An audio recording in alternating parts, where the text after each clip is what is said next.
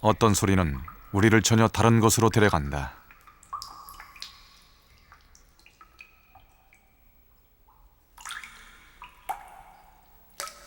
낯설고 생경한 것들이 눈과 귀를 사로잡는 세계.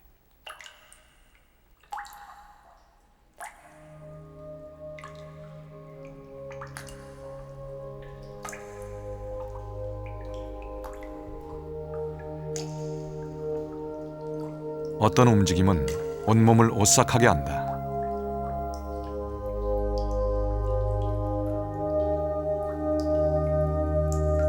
보지 않으려고 할수록 커지는 것은 공포감. 우리는 우리와 다른 것들을 어떻게 대해야 하는지 잘 모른다.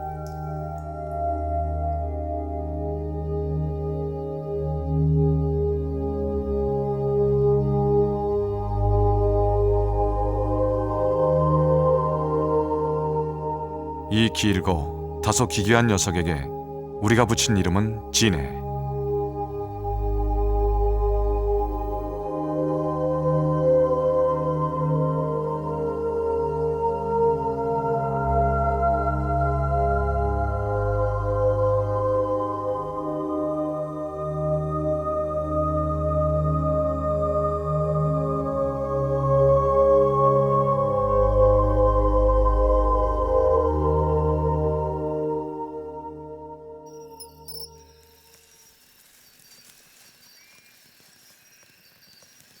열다섯 개의 체절로 이루어진 유연한 몸. 한눈엔 셀 수 없는 많은 다리를 가졌다.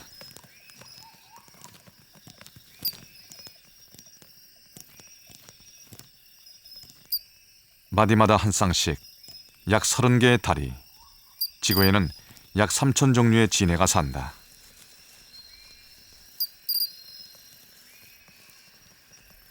낮을 사는 생물들에게 지네의 사생활은 언제나 깊은 어둠 속에 묻혀 있다.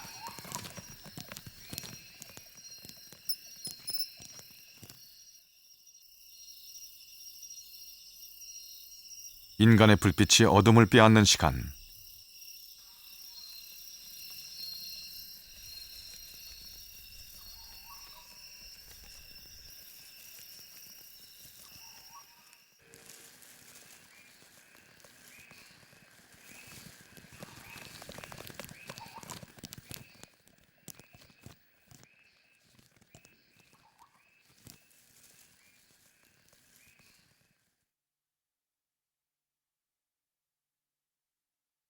사람이 만든 지형은 지네에겐 낯설다.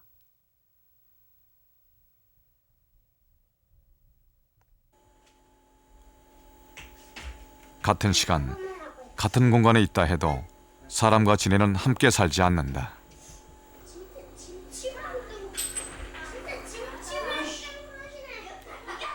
두 개의 생물이 유지하는 평화는 아슬아슬하다.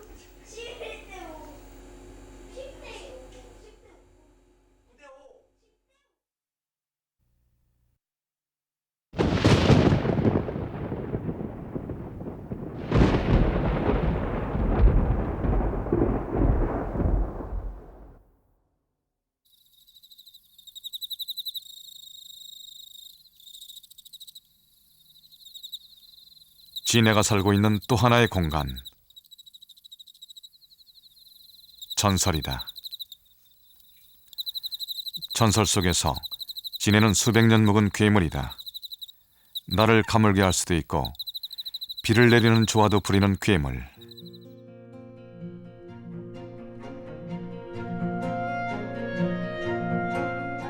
마을 사람들은 지네를 위해 당집을 짓고 해마다 천회를 제물로 바치는데 한 천회의 도움을 받은 두꺼비 한 마리가 지네에게 싸움을 건다.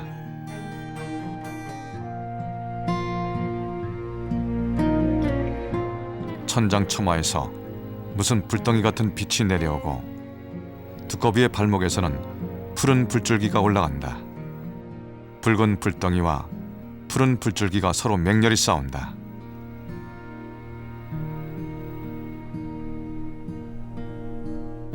결국 지네는 목숨을 잃고 마을은 평화를 찾는다.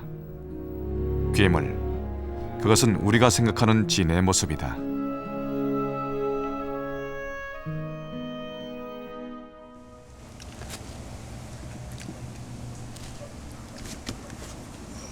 실제로 우리나라 진해는 불과 10 내지 15cm 크기의 절지동물이다.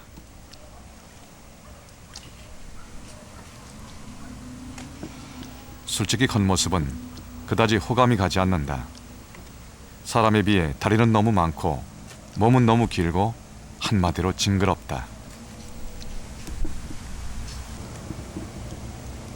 사람과 너무 다르게 생긴 까닭에 이 절지동물은 수많은 편견에 시달려왔다.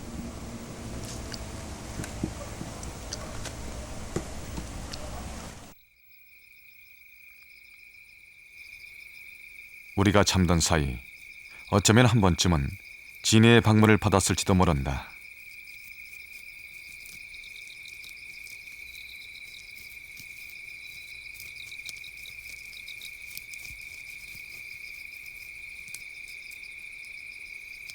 그래도 우리는 진해를 잘 모른다. 서로 알기에 이미 충분한 시간이 지났지만 제대로 아는 건 지금부터다.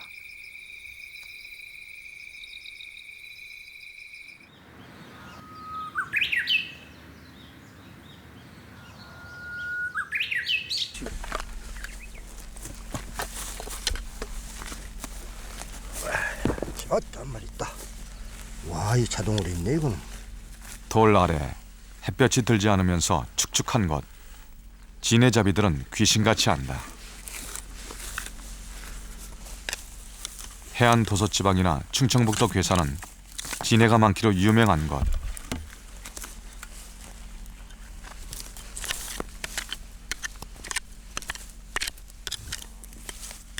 특히 낙엽 속이나 흙 속, 썩은 나무나 돌 아래를 보면 어김없이 진해가 산다.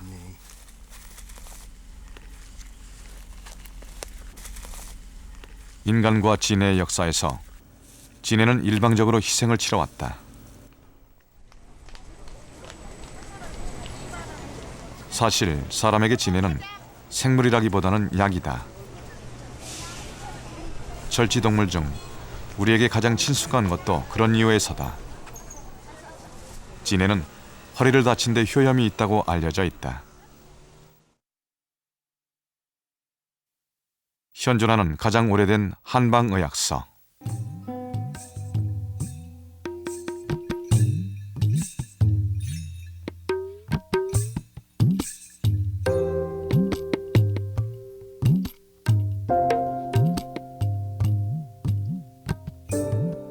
옛날 사람들의 믿음은 그대로 후세에 전해졌다.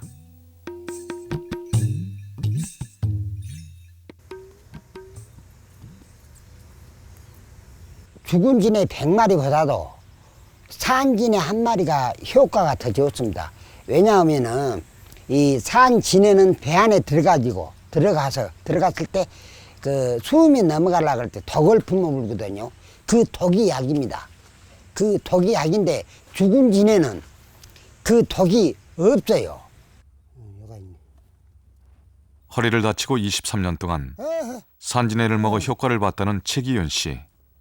물론 과학적으로는 근거가 없다. 이런 식으로 유명한 또 하나의 얘기. 이제 어른들한테 듣는 이제 풍월이죠. 예, 어른들한테 이 닭백닭을 이어놓으면 진해가 달라진다. 그전부터 그러니까 밤밭에나 대밭에 이런 데 단지 이렇게 이런 식으로 해서 이어놓으면은 진해가 들어간다고 이제 그런 말씀 많이 들어왔죠, 어른들한테. 들어가긴 들어가요. 들어가긴 들어가는데 2마리, 3마리밖에 안 들어가요. 처음 묻어 놓으면은 2마리, 3마리가 들어가요. 그런데 그거를 단지를 내가 진해를 잡아내고 또 묻어 놓으면은 하루 정 사이 또 2마리, 3마리 들어가요. 그러나 2마리, 3마리 들어가는 그 진해를, 그 항아리를 열흘 둬도 2마리, 3마리, 20일 둬도 2마리, 3마리야. 그 이상하잖아요, 그죠? 이상하지? 하루 이틀 더 놔두면은 더 들어가야 되잖아, 그죠? 진해가 없어가 안 들어가는 게 아니거든. 그런 옛날 말이 있어요. 못해 가면. 어른들이 하는 얘기대로 닭뼈를 넣은 항아리를 묻어봤다. 안 들어가요. 2마리, 3마리밖에 안 들어가. 이제 하나 한 마리. 어. 들어가긴 들어가는구나. 항아리 안에 잡힌 진해는 고작 한 마리. 저쪽으로. 한번 보자 뭐. 진해 잡는 데는 닭배가 최고라는 말은 사실이 아니었다. 그러네. 수백 년을 내려온 진해에 관한 상식 하나가 허무하게 깨졌다.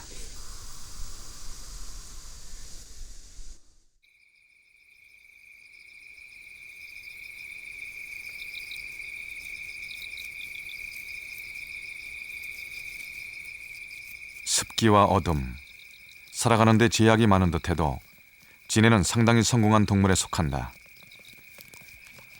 열대에서 극지방까지 널리 퍼져 있으며 사막에서도 살아간다.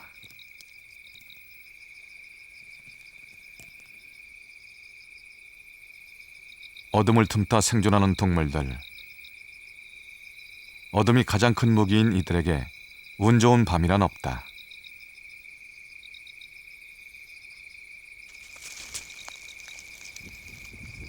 고만고만한 크기들 중에서 진해는 강자다. 털도 많고 먹기 까탈스러운 송충이도 꺼리지 않는 무자비한 육식동물. 사실 인간에겐 농작물의 뿌리를 해치는 곤충을 잡아주는 알고 보면 고마운 동물이다.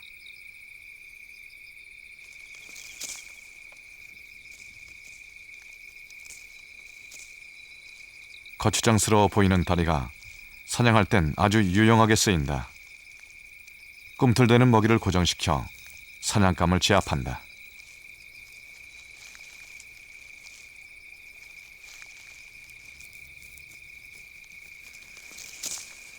좁은 틈이나 흙 알갱이 사이를 헤집고 가는데 진해의 몸은 딱 알맞다. 여기저기 수색하며 먹이 있는 곳을 찾아내는 것은 더듬이.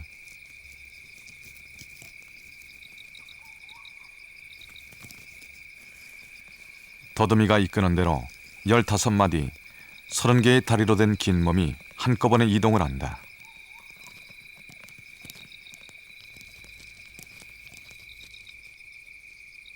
더듬이는 한 쌍, 머리 앞부분에 나 있다. 주변의 습도와 온도를 읽는 아주 민감한 부분, 수많은 냄새와 접촉에 관한 정보를 읽을 수 있는 곳이기도 하다.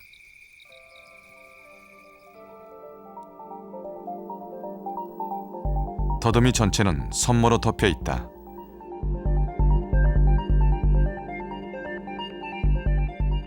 눈과 코, 귀, 모든 감각기관을 더듬이가 담당한다.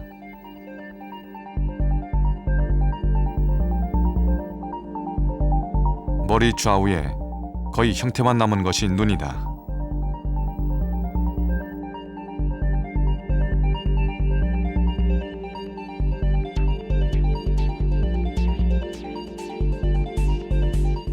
혼눈이 모인 원시적 겹눈으로 태화돼 거의 구실을 하지 못한다.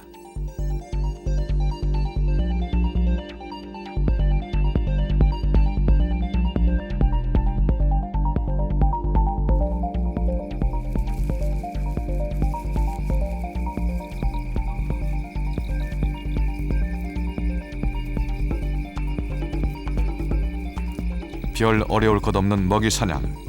사실 진해의 성공엔 남다른 무기가 있다. 강력한 독이빨. 독이빨로 상대를 일순간에 마비시킨다.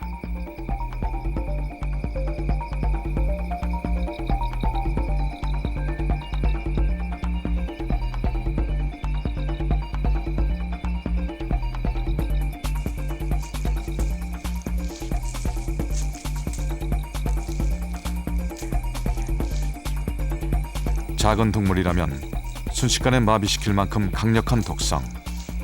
독이 있다는 건 생존에 아주 유리한 조건이다.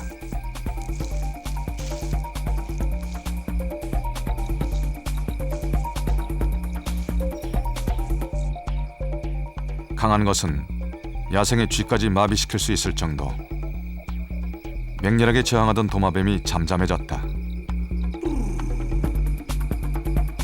독이빨은 제1앞다리가 변형된 것이다.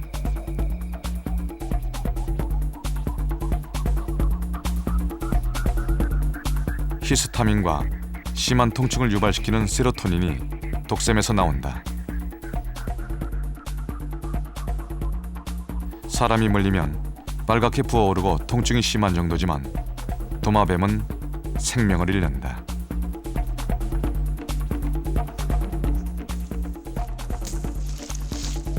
다시 독샘에서 독을 흘려보낸다. 도마뱀은 끝까지 저항을 한다. 죽을 줄 알면서도 끝까지 저항하는 것, 그것은 본능이다.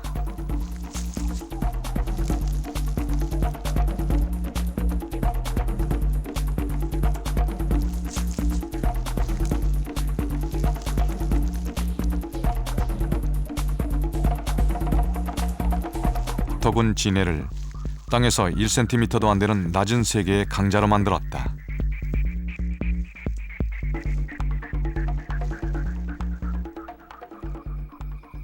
진해는 유일하게 다리를 독이빨로 변형시킨 동물이다. 수많은 다리 중 한 쌍을 독이빨로 진화시켜 약육강식의 세계에서 살아남은 것이다.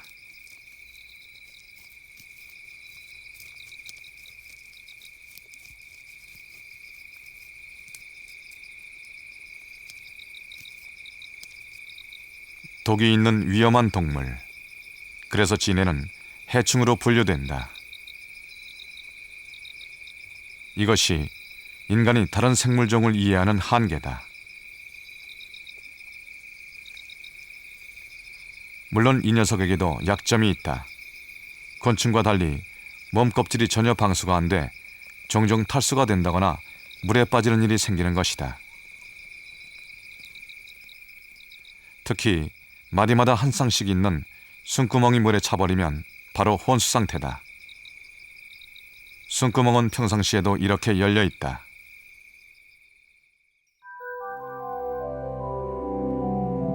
숨을 쉴 때마다 미세한 솜털이 유해한 것들을 걸러준다.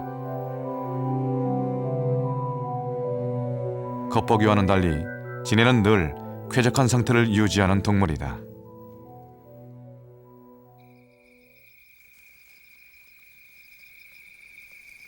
전 세계 3,000종류나 되는 진해 중엔 50cm가 넘는 것도 있고 177쌍이나 되는 다리를 가진 녀석들도 있다.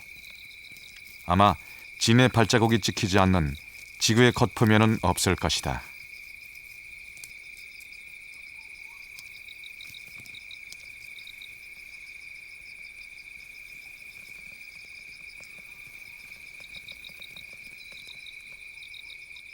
진해 다리는 새의 날개만큼 위대한 기관이다.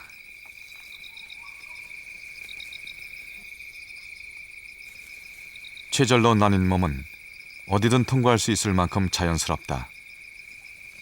모든 다리는 동시에 장애물을 넘는다. 아무리 고난의 지형이라도 부드럽게 넘어간다. 어떻게 이 많은 다리로 넘어지지 않고 걸을 것인가?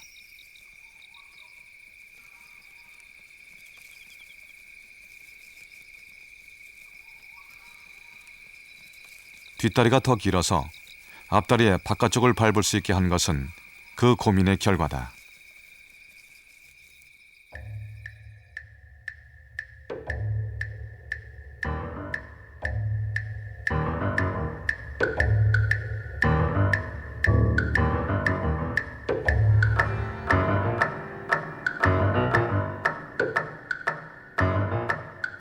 이것으론 충분하지 않다. 이렇게 많은 다리를 어떻게 빠르게 움직일 것인가? 진해는 결코 모든 다리를 한꺼번에 쓰지 않는다.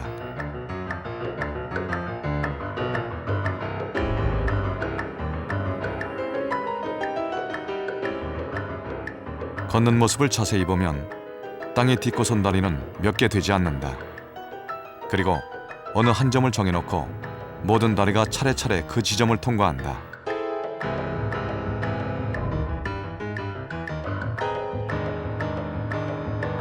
급한 경우에는 불과 3개 정도만 땅에 딛고 불이 나게 뛰어간다.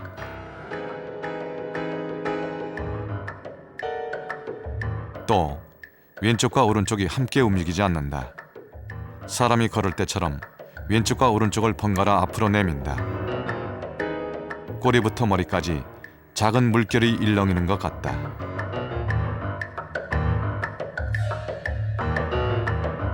다리가 움직이면서 몸이 꿈틀거리고 물결에 따라 몸을 이동한다.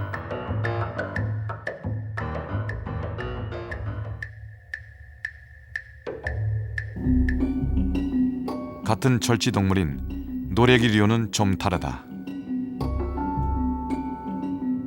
일반적으로 다리는 22개에서 200개 사이. 지네와 거의 비슷한 것 같지만 왼쪽과 오른쪽이 동시에 움직이는 좌우 대칭형이다.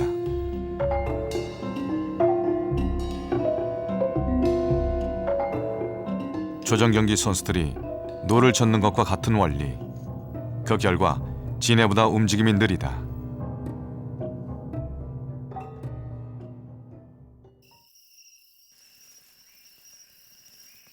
길고 많은 다리를 가장 효율적으로 움직이는 건 그리마다. 고속기어를 탄 것처럼 빠르다. 일명 돈벌레. 10개 이상의 마디에 15쌍의 다리. 독은 없다. 사람들에게 크게 피해를 주지 않지만 혐오감을 일으킨다고 해서 지네와 함께 불쾌 동물로 분류된다.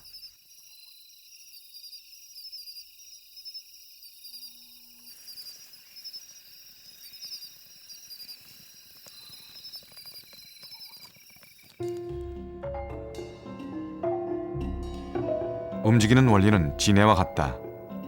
몸은 짧고 다리는 더 길기 때문에 속도는 더 빠르다.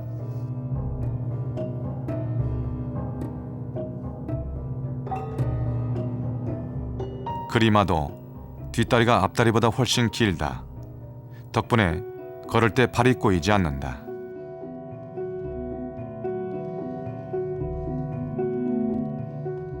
너무 많고 너무 긴 다리. 사람들이 이 다리에 관심을 가진 건 아주 최근의 일이다.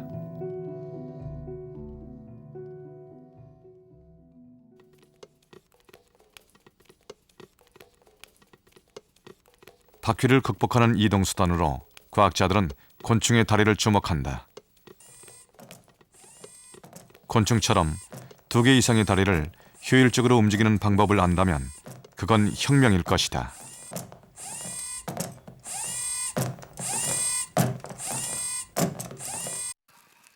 특히 지네. 높고 까다로운 장애물을 자유자재로 이동하는 지네는 아주 매력적이다.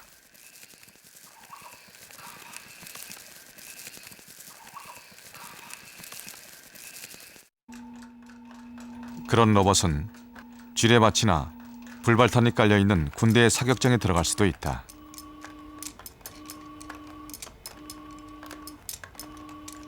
또 핵발전소를 해체시키는 작업에 사람 대신 투입될 수도 있고 행성을 탐사할 수도 있다. 만약 지네처럼 움직일 수 있다면 인간은 바퀴보다 더 유용한 믿을 수 있는 다리를 얻게 되는 것이다.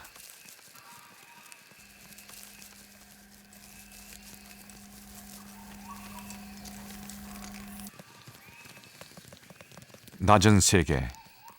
이 속에서 날개도 없이 번성할 수 있었던 비결은 몸 전체를 이동수단으로 만들어버린 다리다.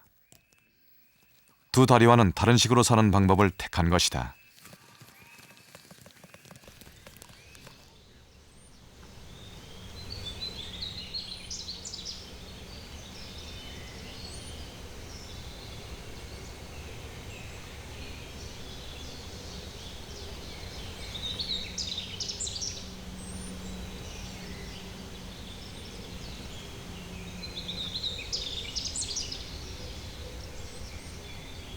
빛의 세계.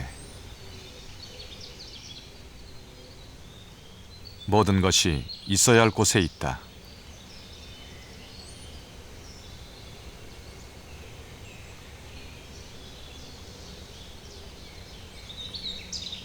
빛이 베푸는 색 앞에서 사람들은 본능적으로 아름다운 것과 추한 것을 가린다.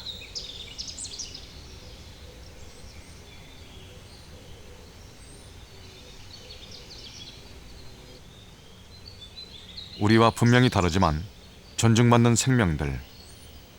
애정은 이름 모를 풀과 벌레들에게까지 두루미친다.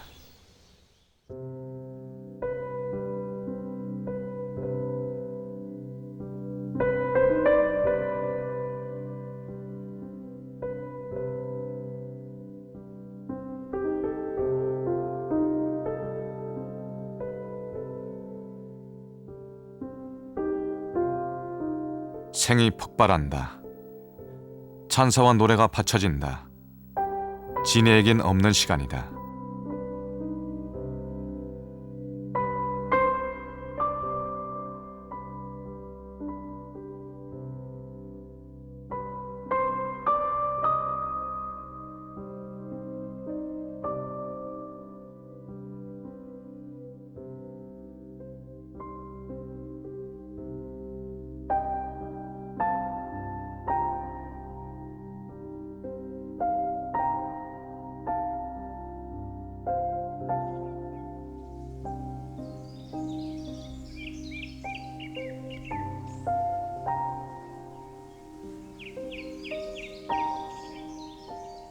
작은 풍경들이 모여 거대한 숲을 만든다.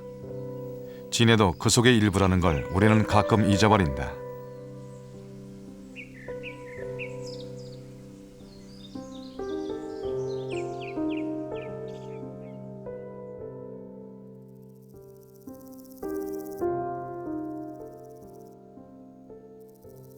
빛의 세례를 받지 못한 어둡고 차고 으슥한 곳, 진해의 공간이다.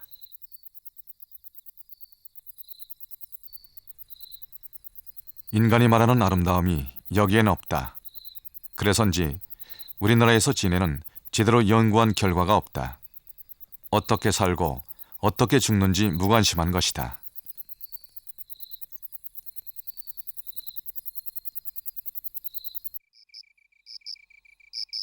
봄부터 여름에 걸친 이 계절에 진해는 알을 낳는다. 노랗고 투명한 알, 15개에서 60개 되는 알을 한꺼번에 낳는다.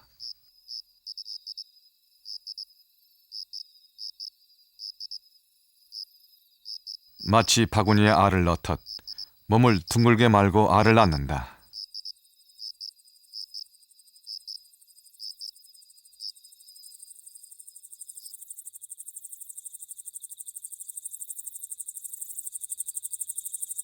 알의 크기는 직경 1mm. 깨알 크기의 알은 노란색으로 반들반들 윤이 난다.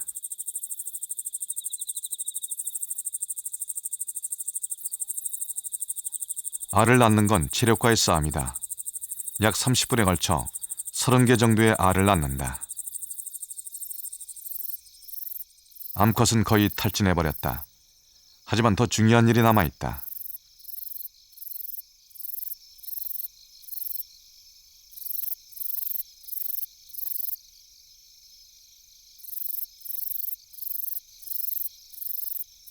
마지막 남은 힘을 모아 가슴으로 알을 품는다.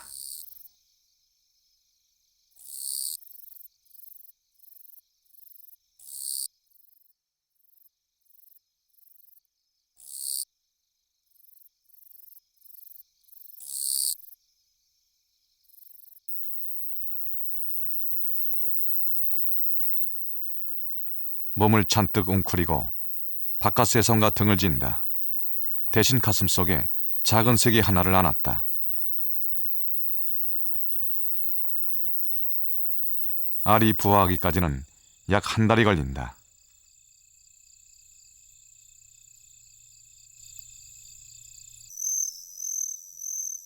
그동안 하는 일이라곤 곰팡이가 피지 않도록 틈틈이 알을 핥아주는 일이다.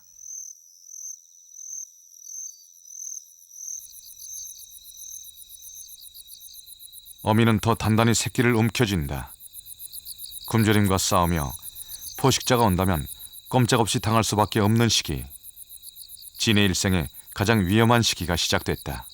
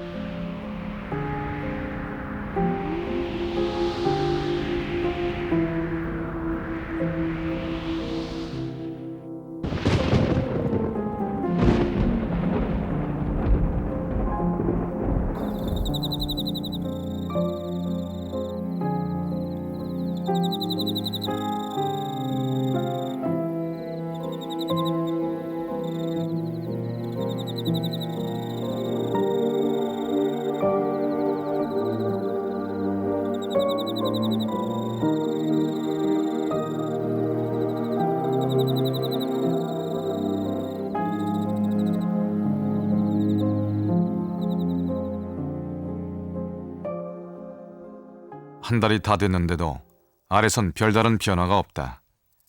부화하지 못하고 그대로 죽는 것이 아닌가. 의심이 들 만큼 고요하다. 그런데 얼마 후 그대로 진해가 돼버린다.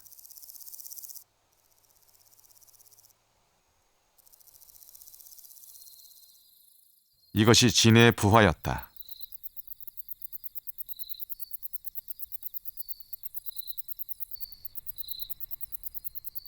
땅 진해류는 날 때부터 어미와 똑같은 모습으로 다만 크기만 작을 뿐이다.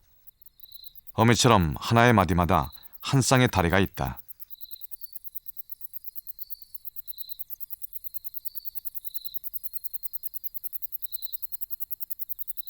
부화를 한 뒤에도 한동안은 새끼를 돌본다.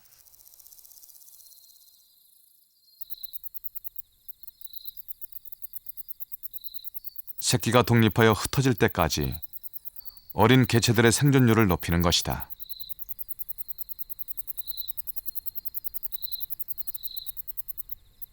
아직은 독도 없고 단단한 껍질도 없는 연약한 몸. 땅 진해류 유충은 2번의 탈피를 한 후 성충 크기로 자란다.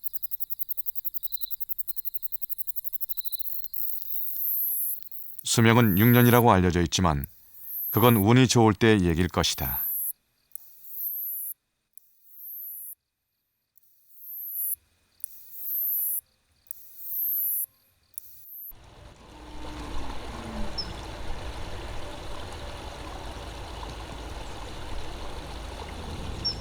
누구나 살아가는데 믿을 만한 한 가지는 가지고 산다.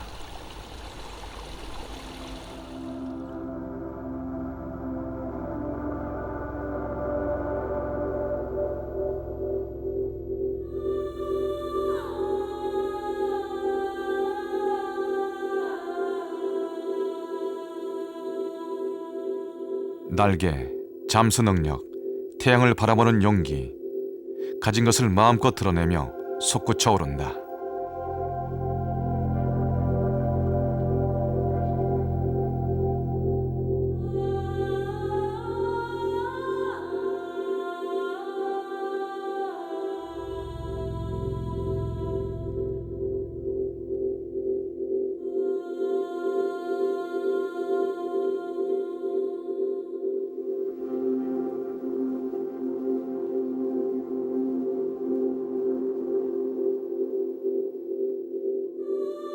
새들은 여름 한철을 둥지에 바친다. 자신이 가진 것을 모두 끌어내 둥지 안의 새끼들을 위해 사냥을 한다.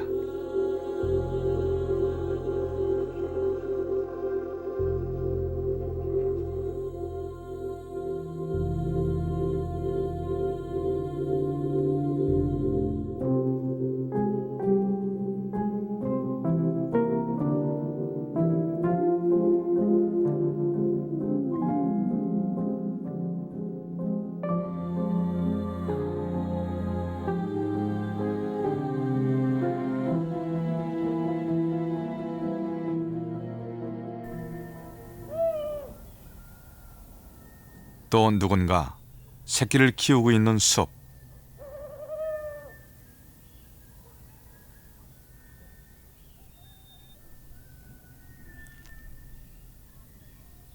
올빼미 부부가 번갈아 사냥을 하지만 맹렬하게 자라는 새끼의 성장 속도를 따라가기가 벅차다.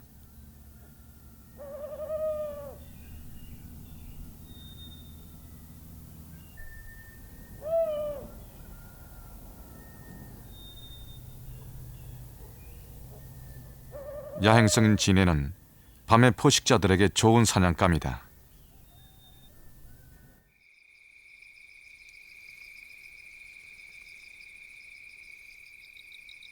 숲에선 밤이 돼서야 비로소 삶이 시작된다.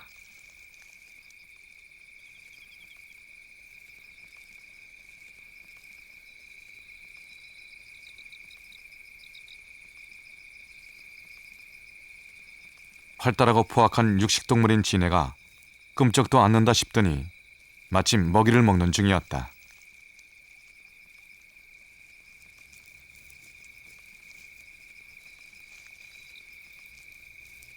독이 통할 것 같지 않은 딱딱한 갑옷을 믿고 진해의 먹이를 탐해보지만 어림없는 시도다.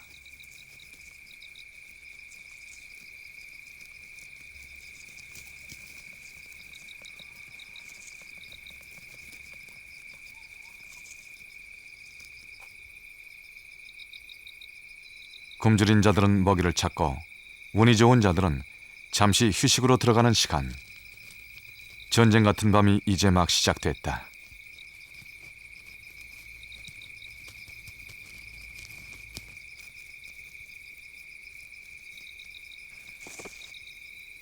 거슴도치는 작은 곤충류부터 파충류에 이르기까지 못 먹을 게 없을 정도로 개걸스러운 사냥꾼이다.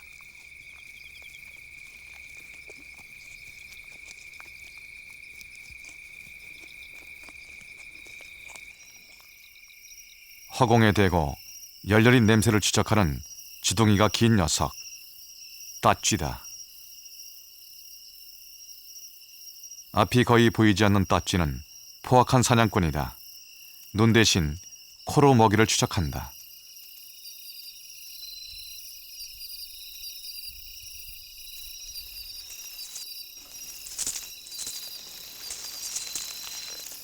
싸움은 요란하다. 상대가 아무리 크고 강해도 목숨이라면 한 번에 내주지 않는다.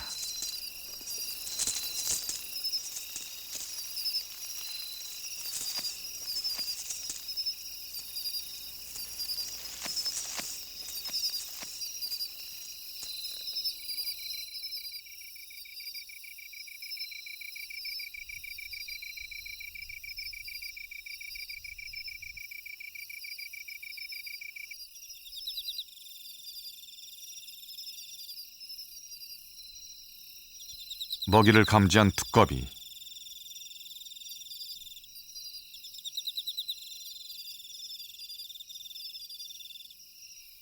거리와 간격을 가늠해본다.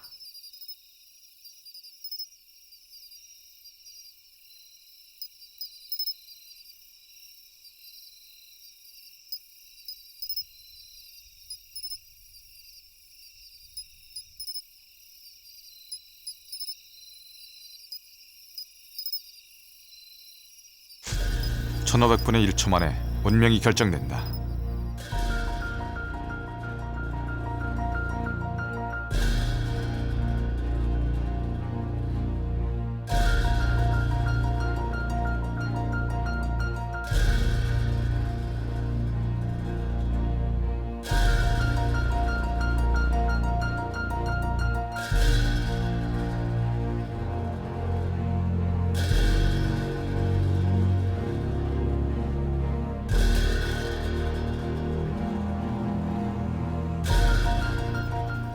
독이 있으면서 긴 다리로 버둥거리는 고약한 먹잇감. 삼키는 건 사냥할 때보다 더 신중하다.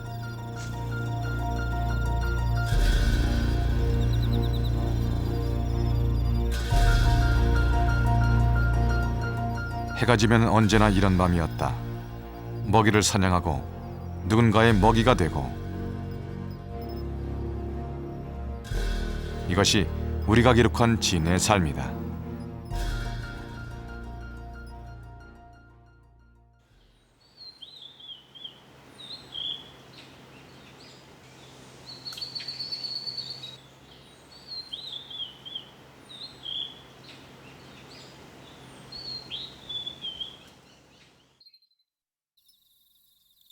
찬바람이 불 때 진해는 새 몸을 준비한다. 껍질을 벗는다는 건 그동안 자신을 거뒀던 한계를 벗는 일이다.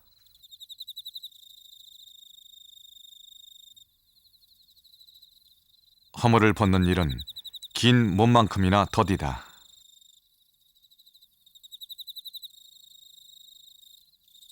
머리부터 서서히 허리를 크게 제치며 나머지 껍질을 밀어낸다.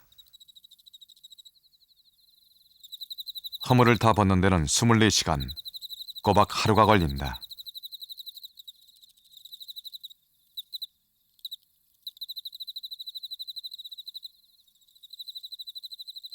진해는 허물을 벗으면서 차츰 성숙해가는 동물이다. 이때 천적이 나타나면 삶은 순식간에 허망해져 버린다.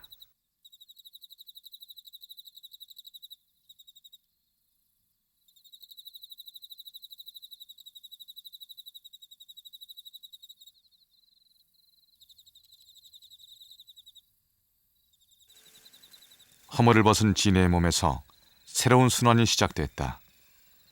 갓 태어났을 때처럼 연약한 몸이다.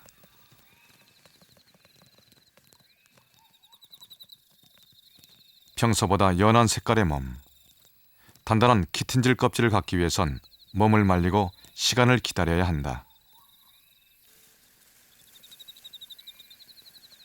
탄생과 버금가는 에너지를 쏟고 이제 휴식으로 들어갈 시간.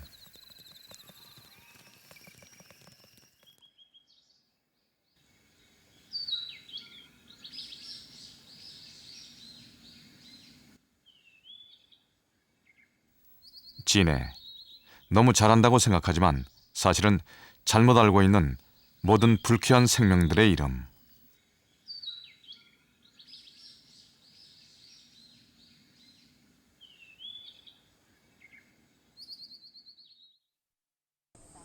뭐 저기 저 허리 아프고 뭐 다리 아프고 뭐 그런데 저기 저 닭 한 마리에다 10마리를 넣어서 먹으래 구워 먹으래요.